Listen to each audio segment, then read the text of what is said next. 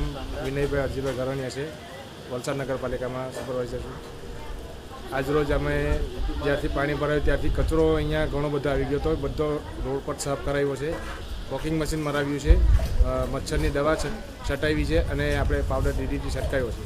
કચરો આપણે બધો ટ્રેક્ટરમાં દ્વારા બધો અહીંથી ખસાડવામાં આવ્યો છે.